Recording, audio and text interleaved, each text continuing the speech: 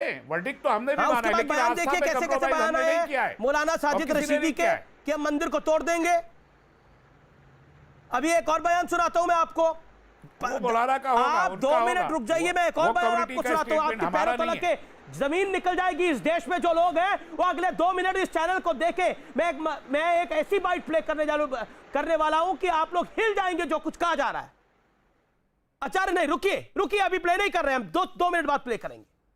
आचार्य प्रमोद कृष्णम का पहले मुझे रिएक्शन लेना है। आचार्य प्रमोद कृष्णम, आप लोग 2 नाव में सवार होना चाहते हैं।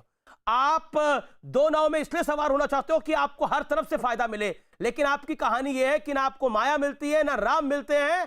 आपकी कहानी सरयू जैसी हो जाती है कि सरयू में फिर डूबना पड़ता है। देखिए अमीश देवगन जी, माया तो हमें चाहिए नहीं, वो तो बीजेपी के चाहिए, लेकिन हमें राम जरूर है हमारे यहाँ।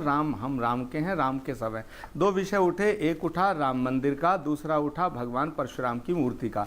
मैं दोनों का जवाब देना चाहता हूँ। हाथ जोड़ के निवेदन है, मुझे सुन लीजिएगा। तस्लीम नमानी ने भी एक विषय उठाया। भगवान राम के मंदिर का जो आंदोलन है, भगवान राम के जो मंदिर का आंदोलन है, वो कई सौ साल से संघर्ष चल रहा था। बीजेपी का तो जन्म ही 1980 के बाद हुआ, इंदिरा जी के समय के आसपास हुआ है। सुधांशु जी बैठे हैं, बता देंगे। तो उससे पहले आंदोलन जो था वो इस देश की जनता ने चलाया, संघर्ष इस देश की जनता ने किया, संत महात्माओं ने किया, और अब भगवान राम का मंदिर सुप्रीम कोर्ट के आदेश से बन रहा है। ये विषय अब समाप्त हुआ। दूसरा विषय भगवान परशुराम जी का। भगवान परशुराम की मूर्ति कोई लगाओ, हम सबका स्वागत करते हैं, लेकिन सवाल भगवान परशुराम की प्रतिमा लगाने का नहीं है। अब यहाँ सवाल भगवान परशुराम के नाम का अस्पताल बनाने का नहीं है। सवाल भगवान परशुराम की मूर्ति और जो प्रतिमा लगा रहे हैं और जो अस्पताल बनाने की बात कर रहे हैं, वो पॉलिटिसाइज कर रहे हैं इसको, वो राजनीतिक फायदा ले रहे हैं। हमारा स्पष्ट मत है कि उत्तर प्रदेश के अंदर बीजेपी की सरकार में ब्राह्मणों का शोषण हो रहा है, ब्राह्मणों को अपमानित किया जा रहा है, ब्राह्मणों को दर्द दिया जा रहा है, ब्राह्मणों के बच्चों को घर से उठा हिंदुओं उठा को के डिवाइड करना निर्दोष चाहते हैं। लोगों अब को आपका नेक्स्ट फेक गेम ये है एनकाउंटर किया कि जा रहा है। हिंदुओं को डिवाइड किया जाए, ब्राह्मण ठाकुर के नाम पर, क्षत्रिय के नाम पर। हिंदू आप तो ऐसे कह रहे हैं जैसे जातियों के नाम पर आरक्षण नहीं दिया जाता क्या? तो ये हिंदुओं का डिवीजन है क्या?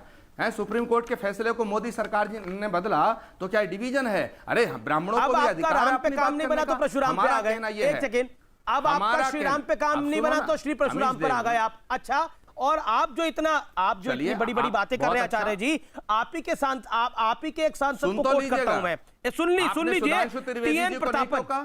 आपने सुधांशु त्रिवेदी को नहीं टोका, मैंने सबको टोका, त्रिवेदी को नहीं टोका, मुझे मैंने सबको टोका आचार्य जी, मैंने सबको मुझे 40 मिनट नहीं दे सकते आप, मुझे 40 सेकंड नहीं दे सकते, 1 मिनट और दे दूंगा। नहीं दे सवाल सकते। सुन लीजिए, सवाल आचार्य सवाल सुनिए पहले।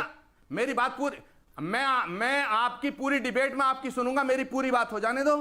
सुधांशु त्रिवेदी जी क्यों नहीं टोकते आप? बीजेपी के किसी प्रवक्ता को नहीं टोकते? बीजेपी का तो एक ही प्रवक्ता है। 10 सेकंड दे दीजिएगा मुझे। नहीं, सबको मैंने सुना, मुझे एक ही बारी बोला, आप लोग सब 3 बारी बोले। 1 सेकंड आचार्य जी, सवाल सुन लीजिए। केरल के सांसद है टीएन प्रतापन, सवाल क्यों? उन्होंने क्या कहा? सुनिए आपके लिए उन्होंने क्या कहा। सोनिया गांधी को उन्होंने चिट्ठी लिखकर जताई आपत्ति, कमलनाथ दिग्विजय सिंह के बयान पर आपत्ति जताई। कांग्रेस रास्ते से भटक रही है, अति धार्मिक राष्ट्रवादी पार्टी के लिए सही नहीं है। राम मंदिर पर प्रियंका वाड्रा के रुख से मुस्लिम लीग नाराज हुई है। अब आप मुझे बताइए, ये आप ही की पार्टी के सांसद है जो कह रहे हैं कि श्री राम का अगर इतना नाम लेंगे तो मुस्लिम लीग नाराज हो जाएगी। सुनेंगे, जवाब दीजिए। सुनने की जहमत करेंगे हुजूर। मैं ये कहना चाहता हूं कि विषय परशुराम जी की मूर्ति लगाना नहीं है, विषय परशुराम जी के नाम पे अस्पताल बनाना नहीं है। विषय है उत्तर प्रदेश का ब्राह्मण अपने को अपमानित कर रहा है। जो भी राजनीतिक पार्टी उत्तर प्रदेश के होने वाले मुख्यमंत्री के रूप में ब्राह्मण को प्रस्तुत करेगी, उत्तर प्रदेश का ब्राह्मण उसका समर्थन करेगा। मैं डंके की चोट पे कह रहा हूं, सुधांशु जी की पार्टी कर दे, समाजवादी पार्टी कर दे, बहुजन समाज पार्टी कर दे, कांग्रेस पार्टी कर दे या कोई और कर दे, ब्राह्मण उसका समर्थन करेगा जो उत्तर प्रदेश में मुख्यमंत्री का चेहरा ब्राह्मण रखेगा। सुनो तस्लीम रहमानी साहब, अब आपकी बात सुनिए। सुनो आचार्य जी, हमारा तो कोई वजूद नहीं है। तस्लीम रहमानी साहब, क्लियर हो गया। रहमानी साहब, डॉक्टर साहब आप इनसे लड़िए, मुझसे क्यों लड़ रहे हैं? मेरी बात सुन लीजिएगा, फिर मुझसे भी लड़ सकते हैं, खैर आपका डेमोक्रेटिक राइट है। अब अमीश देवगन सुनिए, आपने किसी एमपी का बयान सुनाया। मैं आपको कहना चाहता हूं इस देश के अंदर भगवान राम के मंदिर का शिलान्यास हो चुका, सुप्रीम कोर्ट के फैसले के बाद हो चुका।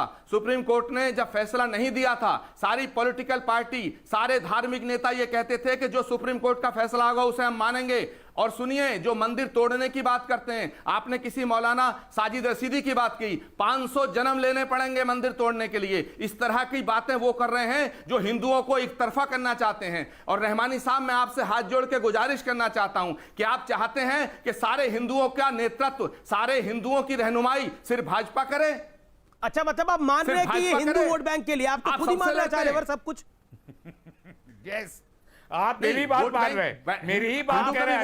1.5 मिनट का समय नहीं होता, लेकिन ये दो कौमी नजरिए इस देश के अंदर शरीक हो गए दो कौमी नजरिए को प्रमोट करने में।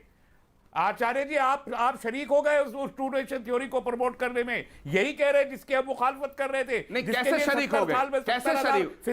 बताइए, कैसे शरीक हो गए? कैसे? आप बताइए।